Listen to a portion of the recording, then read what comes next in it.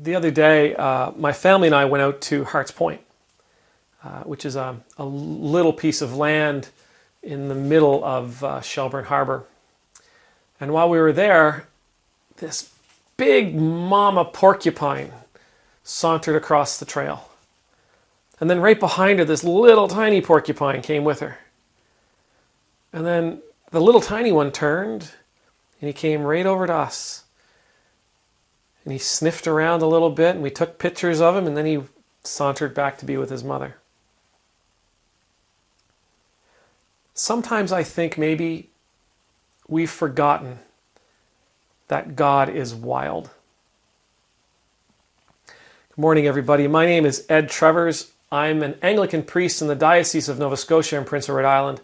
I get to serve in the amazing town of Shelburne, Nova Scotia, in the beautiful, awesome parish of Christ Church, Shelburne, and which is seated on the ancestral and unceded territory of the Mi'kmaq people.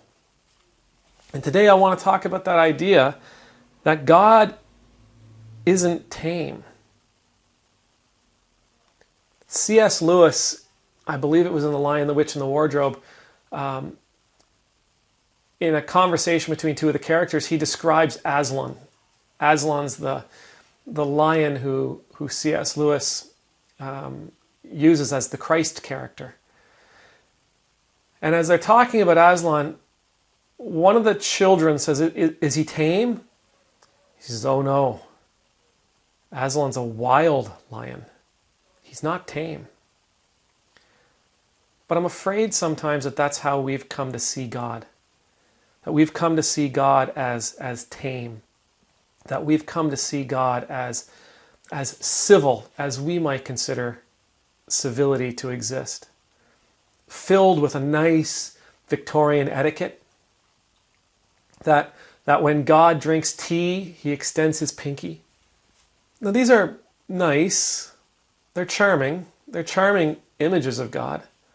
But I don't think they depict the entire story. And because I don't think they depict the entire story, I think that's one of the reasons we have difficulty in believing that we should carry a certain amount of fear for God. Well, God is all love. God is all rainbows, and God is all elves and unicorns, and God is all fluff. And he's not. God's not that way. I mean, what good would a God be? What good would God be if he was fluffy and warm and kind and nothing but love? What good would he be to the oppressed? What good would he be to the slave, to the captive? The oppressed don't need a fluffy God. They need a defending God. They need a God of justice. They need a God of strength. They need a God of the future. They need a God that they can count on to be on their side.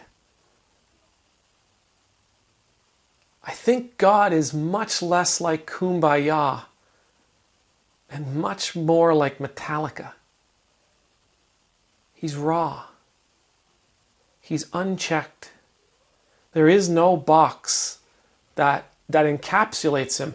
There is no description that we can make for him that would adequately offer enough of his true character. God is the widest, deepest sea. God is the darkest storm. God is the brightest sun. The coolest breeze and the strongest wind. God is lightning. God is a beautiful sunset.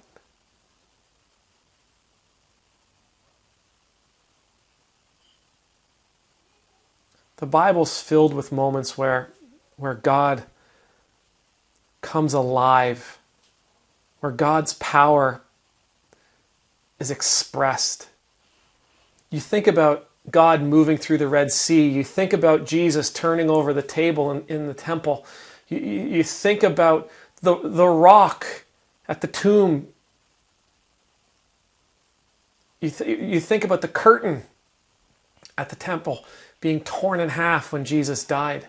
these images of God are just as valid as those images where Jesus takes care, where he takes the children into his arms. They're just as valid as those images of caring for the lost sheep. We can't minimize God to be civil. We must recognize that God is wild. Because the wild God is the God that I want when we're going through the changes that we're going through in the world. That's the God I want at my side. That's the God I want to follow. The God of strength, the God of justice, the God of righteousness. May God bless you. May God keep you. May God make his face shine upon you and ever be gracious to you. May you know the peace of being in God's presence. And may you feel the exhilaration of walking with the wild God. Amen.